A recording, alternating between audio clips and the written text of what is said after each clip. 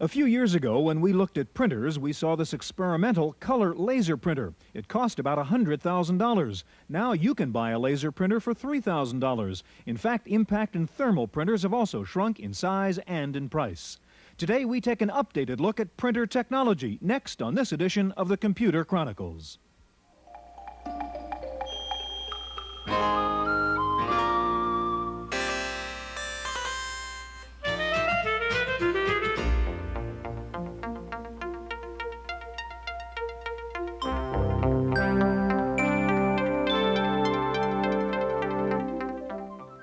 The Computer Chronicles is made possible in part by grants from AFIPS, the American Federation of Information Processing Societies, a nonprofit federation of 11 national societies for computer professionals.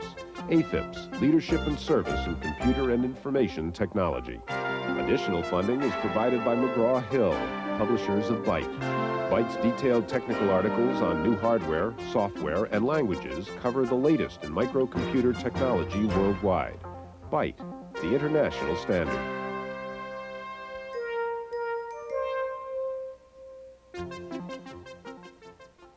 Welcome to the Computer Chronicles. I'm Stewart Cheifet, and this is Gary Kildall. Gary, I have this paperback book here, which looks like any other book you might see in a bookstore, except this book was made entirely on a Macintosh and on a laser printer. And there's a big difference between the kind of print we see here and what we're used to seeing from printers a couple of years ago. Now, Gary, a couple of years ago, we did a show on printers, and at that time you told me that progress in printer technology would be very slow because printers depend a lot on mechanics and not on electronics. Were you wrong? Well, we're never going to get over the fact that a printer is where that electronic signal becomes ink on paper, and that's a process that hasn't been helped largely by microchip technology. However, things like laser printers are going to lead to, I think, that affordable high-resolution printer. But now we're asking them to do high-resolution color graphics as well, so that just adds another problem to it. Gary, on today's program, we're going to see the latest in laser printers, in color printers. We'll see the new printers from IBM, and we'll take a look at software packages which help you get the most out of your printer. First of all, we're going to take a look at a company now that does all its publishing in-house because it has a computer and a high-end printer. The effectiveness of a document depends on the visual impact it makes on the reader. As a result, most companies with in-house publishing departments depend heavily on their graphic artists for attractive publications.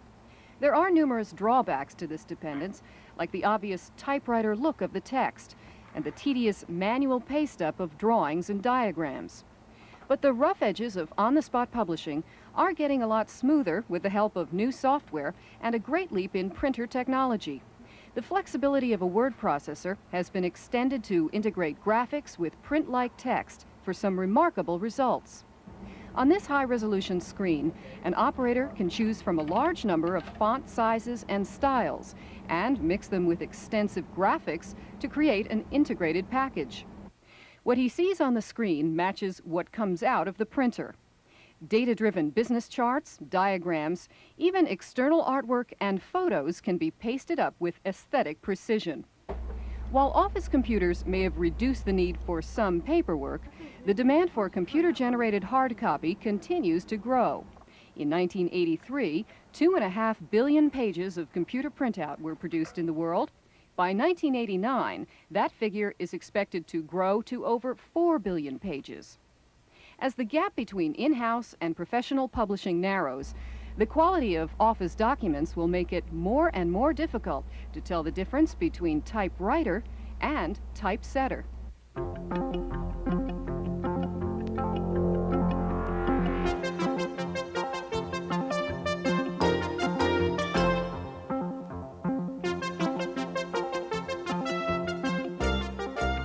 With us now is Bob Lamvik, Regional Sales Manager of Oki Data, and next to Bob, John Dickinson, Special Projects Editor with PC Magazine, and John was the editor of the magazine's recent special edition on printers. John, in 1975, I remember when I was buying printers that you'd buy a teletype printer to do your listings and a Diablo high type to do your letter quality stuff, and that added up about $5,000. Now, I understand that you reviewed about 200 different kinds of printers. What are the, just from a user standpoint, what are the different categories that you'd find printers? Well, you can divide printers into categories in a couple of ways. You could go by price, for example, Gary, and you can go down as low as about $100, or you can go as high as $8,000 or $9,000 or maybe even $12,000 pretty soon. That's one way to divide the price. You can still divide by those low quality printers, like you were talking about the teletype versus high quality, the Diablo, but even that's no longer simple, because what used to be considered low quality printers, matrix printers, are now perfectly capable of producing very acceptable correspondence quality. Matrix technology has gone into the non-impact field, and we now have thermal printers and laser printers, which are really matrix printers. And of course, those Diablo-style printers are still in there, the daisy wheels and thimble printers, and making a big dent in everybody's market. So it's a wide open field. Bob, let's turn to you and this OkiMate 20, which is probably the extreme from what you were talking about, Gary, in the good old days. This is probably one of the newest, hottest things around. And I know it takes some time, so could you fire up the OkiMate 20? Because we're going to take a look at, well, you tell us what that's going to print out. Well, the OkiMate 20 here is going to print out a color screen dump. The OkiMate 20 is one of the lower-end price range printers. It's under $300, and it uses a thermal transfer technology. Now, I'll quickly point out that that is not thermal. A lot of people in this industry think of thermal printers, which is a technology that's been around for 2 or 3 or 4 years. This is a new technology where we're actually moving a waxed ribbon ink onto plain paper. You'll see when we get the output in a few minutes, it's glorious colors, vibrant, and really comes out nicely. Now, Gary, sitting behind the OkiMate is one of the new IBM Quiet writers, and John, you mentioned the fact that the dot matrix isn't quite dot matrix, and you've got quiet, and you've gotten away from impact problems. Could you fire that one up, Gary? Let's see, let's listen to a quiet writer and see how quiet it is. Okay, there it goes. Now, John, why don't you kind of give us a description of the Quiet Writer while it's working there? The Quiet Writer is similar to the OkiMate in that it's a thermal transfer printer, using an electronic technology to thermally transfer an ink from a wax-based ribbon onto the paper. It's a higher grade machine. Naturally, it costs more. It's about $1,400. It has higher resolution, and its standard mode of operation is in correspondence quality, which the OkiMate 20 can also do. The newest version of the Quiet Writer also includes graphics, which again is an OkiMate feature, but the Quiet Writer does not have the color feature of the OkiMate 20. It's definitely an interesting thing to sit here in an impossible scene 2 years ago. We have 2 matrix printers running at the same time and are holding a conversation at just normal, over-the-desk levels. We're not screaming at each other. Now, is the daisy wheel printer dead? You talked about, well, there's still a lot of them cranking away, but we look at this technology and it seems to make the daisy wheel a kind of dinosaur. I'm one of those people who just doesn't think dinosaurs are going to go away that easily. If it were truly dead, new brands would not be coming out, and new brands are coming out. New and less expensive printers are coming. You're getting more for your money today, and they're also getting to be much faster. There are daisy wheel printers now that are capable of 50 and 60 characters per second on a throughput basis. That was unheard of a couple of years ago. They're still being made, they're still selling well. The only difficulty you have with the daisy wheel printers is in the new software, such as your GEM and other products, Microsoft's Windows, which basically require a graphics-based printer to operate correctly. And that's where, if those software packages take off and really do a lot, those printers are in trouble. Okay, now and are they going to suffer, even the new printers that say would be adaptable to Windows or GEM or the high-resolution graphics, are they going to be high speed, or are we going to be left with a situation like this where all of our letter quality stuff is going to come out at this rate just because it's graphics based? At the risk of sounding like a wise guy, the answer is yes, because you're going to have a range of speeds and qualities just like you do today. You're also going to have a range of compatibility standards, which will make some printers work better than others with those products. And you're going to have just as many choices and probably just as much confusion in terms of what exactly to buy as you do today. And we'll probably be doing the same thing in 2 years at PC Magazine, where we'll take another 100 printers or 120 or 200, whatever it turns out to be, and work them with more of a graphics orientation probably 2 years down the road than we do now. Bob, there's one question that I have is how important is color in printing? I mean, is it a novelty, or is it something that is really going to be an important part of the future generation? All are going to have color, or is black and white enough? Well, I think it's fair to say that color is an up-and-coming technology, and especially in printers. Prior to, let's say, 1985, the biggest downfall in color graphics on a printer was software compatibility. One of the ways that's been addressed on the OkiMate is the customers purchase a generic printer, and then they buy a personality module which slides in the side of the printer.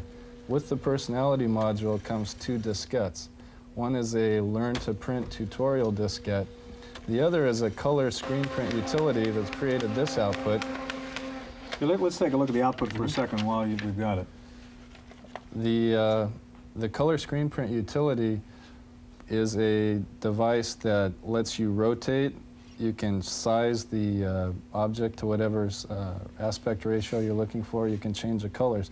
And that now is included with the printer. So to summarize it, anything you can get on the screen, you can output on the OkiMate 20 very easily. John, quickly, you had that kind of critic smile when Gary asked his question. What's the short answer to that question from your view? It's a big if. A lot of people keep saying the color printers are really important. I think the OkiMate 20 and its ilk of printers can prove it, because at the kind of price that they're charging for that printer, there's just no excuse not to have one as a second printer. So if that printer really takes off with the kind of software they're providing and support they're providing for the IBM PC, for example, then I think there's a good shot it's determining whether color printing is that important or not. Okay, gentlemen, now in just a minute we're going to see the newest laser printer from Hewlett-Packard, so stay with us.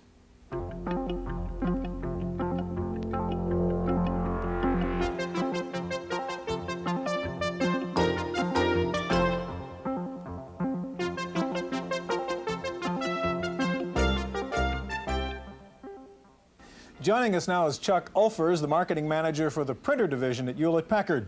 Chuck, we were just looking at one new printer technology, thermal transfer. This is another new printer technology, laser printers. What goes on inside a laser printer?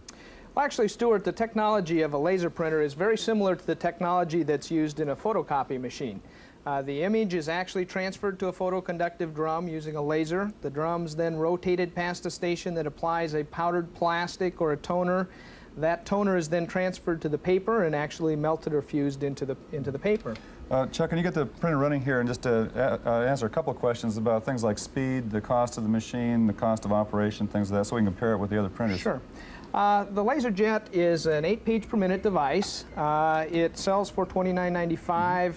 It prints in either direction on the page. It has the ability to put a number of different fonts on a single page. And what about the cost of, let's say, per page copy? The per page cost is somewhere between 5 and 7 cents. Okay. Now this particular page right here looks just very much like a typeset page.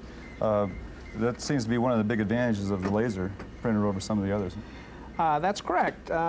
Laser printers today have a very high resolution, typically about 300 dots per inch, and that gives us the ability to do very nice artwork and graphics. The print that you see here actually has a number of different sizes of font. It has a graphic, it has proportionally spaced text. That's one of the strong capabilities that the product has brought into the office marketplace. One of the other abilities that it has is the ability to do a form. This one's a very popular one, the 1040 form, which is certainly attractive in the accounting marketplace. We also have the ability to do graphics with this sort of a product. Chuck, I've heard the name of the Canon engine quoted in the context of laser printers. What does Canon have to do with this whole development? Well, as I said earlier, the technology is based on the same technology as photocopy machines. And so you will find that in most cases, the photocopy companies are the ones that have a early presence in the marketplace. Canon has been particularly successful in that a number of machines in the marketplace today are currently based on their technology. Does this use the Canon engine then? This product uses the Canon engine, that's correct. What would some of the other typical laser printers do? Some of the other products that you may be familiar with, the Apple Laser uses the Canon engine, the QMS printer is based on the Canon engine, and there are a number of others in the marketplace. Chuck, why would people want to spend the $3,000, say, to buy a laser printer? What are the main features that a user would look for in buying something like this? Well, interestingly enough, our studies show that the primary reason that people buy a product like this one is because it's very quiet, it has a very high quality output, and it's very fast. We expect that over time the market will evolve to a more sophisticated appreciation of the graphics capabilities of these products, but certainly in the office, those are the reasons why people buy them. Now, are we going to see a smaller version of this thing for, say, home computers, personal computers, and less cost? I'm sure you will see the technology continue to evolve downward, both in cost and in size. And what time frame would that be? I would expect to see that continue to move down continuously. We actually, this is the second generation of this product. It's less than 18 months old, so I think it'll move rather rapidly. You know, already now, obviously with output like this, laser printers are radically changing the publishing business and the graphics business. Our reporter Wendy Woods went out and took a look at a graphics house which has nothing but PCs and laser printers. For centuries, the pencil, the ruler, and the knife have been the major graphics tools, until 1 year ago. This is the first shop in the U.S. to exploit the Macintosh, LaserWriter, and PageMaker software by Aldus. TechArt of San Francisco does virtually all its typesetting, from flyers to books, by computer. The computer does the drudgery of paste up and layout, leaving humans to the more creative tasks. You still have to have an eye for design. I see these really more as tools. We're just using different tools, and they're a little faster, and they really take out, from my way of thinking, they really take out more the mundane aspects of traditional techniques. But you still have to pay attention to what you're doing, and in fact, we've had artists here who feel that their illustration capabilities have improved from using the Mac. There are two other advantages to computerized typesetting. New employees can pick up graphic skills quickly, meaning less training time for the shops. And the basic equipment, which turns out camera-ready galleys and originals, costs a fraction of conventional typesetting gear. TechArt's success is inspiring people to call every week to ask for help in starting their own computerized typesetting businesses. Of course, who benefits by all of this? Customers. Customers get their work a lot faster and a lot cheaper. TechArt priced the cost of an 8.5 by 11 flyer and found that conventional shops charged 5 to 6 times more than they did, which speaks for itself. For the Computer Chronicles, I'm Wendy Woods. This looks like a real clear move from old-style character printers into something where we can really use the full graphics capability. Yeah, we're going to get into some more of this, Gary. Joining us now is Dr. John Warnock, co-founder and president of Adobe Systems, Inc., the developers of something called PostScript. And back with us, of course, John Dickinson from PC Magazine. Gary? Okay, John, it appears that if we take the idea of just a pure ASCII printer and the common codes that have been used for line feeds, form feeds, and so forth, that's really helped the whole industry evolve. There's around some standards, very simple standards. Now, you've got a product that does that same sort of thing for, let's say, high-resolution graphics laser printers. Is that right? That's right. PostScript is actually the magic that sort of sits inside of the laser printer, and what it wants to do is it wants to take the description of a printed page, and that description includes text, typesetting command kinds of things, things to describe shapes, photographs, anything you can imagine that can be printed on a page can be described in this language that really describes what the page is looking like. This language wouldn't be a language that, say, an end user would operate with, but it would be, say, at a program interface level. Is that correct? That's correct. PostScript is designed to be emitted by application programs, chart-making programs, graphics programs, CAD/CAM programs. And what the idea is that you take this description of the page over the communication wire to the printer. That description is interpreted, and actually the marks that are on the paper are determined by that description. Okay, now as long as you get let's say, a wide variety of printer manufacturers that adhere to that, then you're in good shape as far as standards. Is that correct? That's correct. Our company sort of offers the product to a wide variety of printer manufacturers, and we're finding that this is being very well accepted because it is a device-independent description that it can allow many different resolution devices to be driven from the same page description. John, do you think this is a good approach? Oh, yes. The character printers, the standards that you mentioned were the very simple ones, were accepted for a long time, but when it came to things like in print enhancements, bold-facing and underlining and things like that, standards just didn't exist, and it's only recently that we've seen a convergence on 3 or 4 major standards. A product like Adobe has a chance of standardizing lasers before it gets out of control, because even now, for as well accepted as Adobe has been, other vendors such as Hewlett-Packard can and have adopted other standards that are totally different from Adobe, and I have a strange sense that we'll go through the same incompatibility all over again. Well, the other thing that sort of appears to be the case is that this kind of PostScript interface could be used in a sense to maybe even encroach on the whole typesetting industry. Is that really true? Absolutely. PostScript was designed with the graphic arts industry in mind. In other words, it does do halftones, it does do full typefaces, ligatures, kerning, all the words that the typesetting industry has been familiar with. John, you've got some examples there, I think, of something out of a laser printer and comparing it to what really comes out of a typesetter. Show us that. Yes. On the right here, this is a form that was designed and printed on the Apple Laser Writer, and on the left-hand side, and this is, excuse me, this is done at 300 spots to the inch. On the right-hand side, this comes out of a Linotronic typesetter at 1200 spots to the inch, and this one is appropriate for day-to-day use in the office. This one is appropriate for high-volume print runs. And the major advantage of this now is that it's the same basic application program that produced this as the one that produced this. The file that told the printer what to print on this page is identical to the file that told the printer what to print on this page, except they're in an entirely different resolution. John, will we ever see that kind of resolution coming out of a laser printer? This is it. Go ahead. I think we both hope so an awful lot. This currently is what you can get for $3,000 to $5,000 or $6,000. 2 or 3 years from now, perhaps you'll be able to get that at the same kind of economical price. Is there any competition for this standard, let's say, for a printer interface? Do you have other software companies, say, that are producing this kind of an interface? Xerox is promoting a standard description language called Interpress, and as a matter of fact, I was part of the design team for Interpress. John, I'm sorry, you would have more? No, that was okay. John Dickinson, we have just about a minute left. Just quickly about some of the other cutting-edge printer technologies. We hear about magnetic, LED, LCD. What's happening beyond the laser printer? Well, they're just at the back of the crest of the wave, and we're hoping they're up on the cutting edge of the wave by the end of the year. We're seeing array printers being announced, and they should be out, we were told, of course, 4th quarter of this year. We hope certainly 1st quarter of next year to see some products from both the East and West Coast companies and from both the Japanese and American companies. Real quickly, what's the advantage of an array printer over the laser printer? Fewer moving parts. The laser printer has the rotating mirror, and the array printers don't have such a device. The smaller number of moving parts, the less the cost is going to be.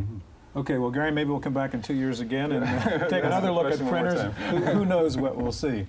Now, how do we sum up all of this changing technology in printers? We're going to turn to our commentator, Paul Schindler, for his thoughts.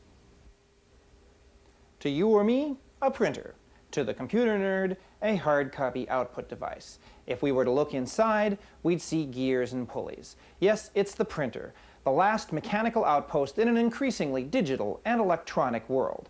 Now, don't get me wrong, I'm as anxious as the next person to move on to some completely electronic output device with no moving parts that'll be as cheap and dependable as all the other components in a computer system. But until then, being a basically mechanical creature, like all human beings, I find it reassuring that no matter how fancy input gets, or how fast the computer calculates, in the end, they're of relatively little use until they can get it down on paper, a mechanical process. I'm reminded of the oft-repeated dictum of the office automation consulting business that the paperless office is about as likely as the paperless bathroom. Few people realize that computers create more, not less paper, in most offices in which they appear. Printed matter and business graphics are increasingly vital to the function of almost every business in America. Of course, both can be done by hand rather than by computer, but you could also get across town with a horse and buggy. Would you want to? I wouldn't. That's my opinion. I'm Paul Schindler.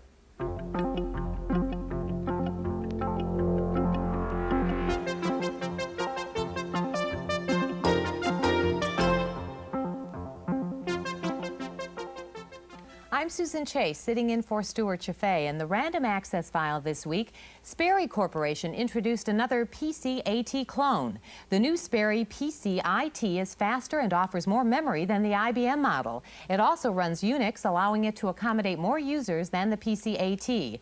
Sperry's entry joins about 12.5 other computer companies already marketing PCAT lookalikes. Rumor has it that Hewlett-Packard will also announce a high-quality, competitively priced PCAT clone shortly.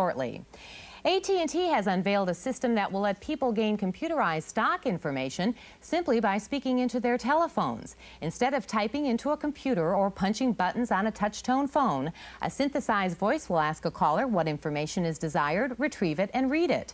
A Boston-based brokerage house will be the first company to try out this service next month.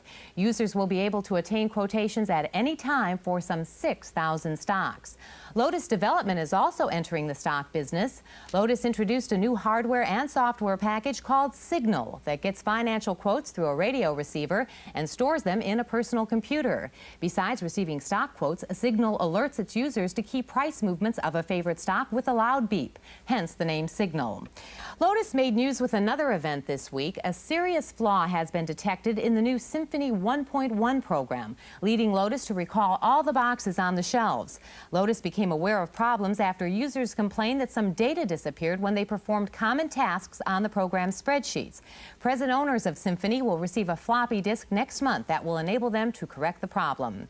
And now for another colorful review, here's Paul Schindler. Fish bowls are popular for one simple reason. They provide hours of mindless entertainment. Well, this is PC Color. Now, you may say to yourself, just what I need, an electronic fish bowl. Well, I'm not saying anyone's going to rush out and buy a personal computer just to run this program. But whether you use your PC at work or at home, you've surely noticed you can't use it all the time. When you aren't using it, its big empty eye stares at you, just like a dead TV set. In between programs, why not flip on PC Color?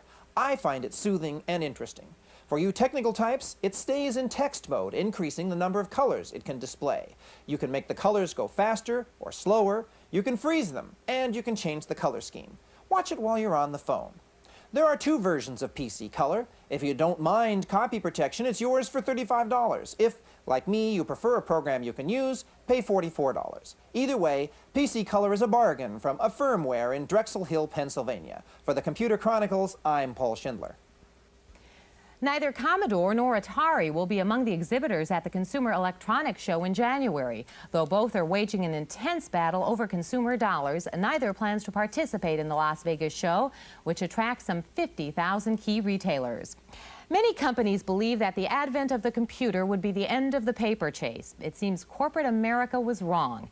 In fact, the American Paper Institute reports that the market for office paper grew over 5% annually from 1972 to 1984, when the move to office automation was in full swing. Some companies say the higher paper consumption is the result of computers making it easier to produce more originals. Finally, for those of you who are frustrated with your Apple II, there's a new product for you. Jeff Raskin of Information Appliance has created a plug-in board called SwiftCard, which simplifies computer operations. There's no startup procedure, no disk to load, and no need for separate word processing programs. Users simply turn on their computers and begin typing. It may not take advantage of the microprocessor, but it certainly beats using your 2E as a plant stand. That's it for this edition of the Computer Chronicles. Tune in again next time.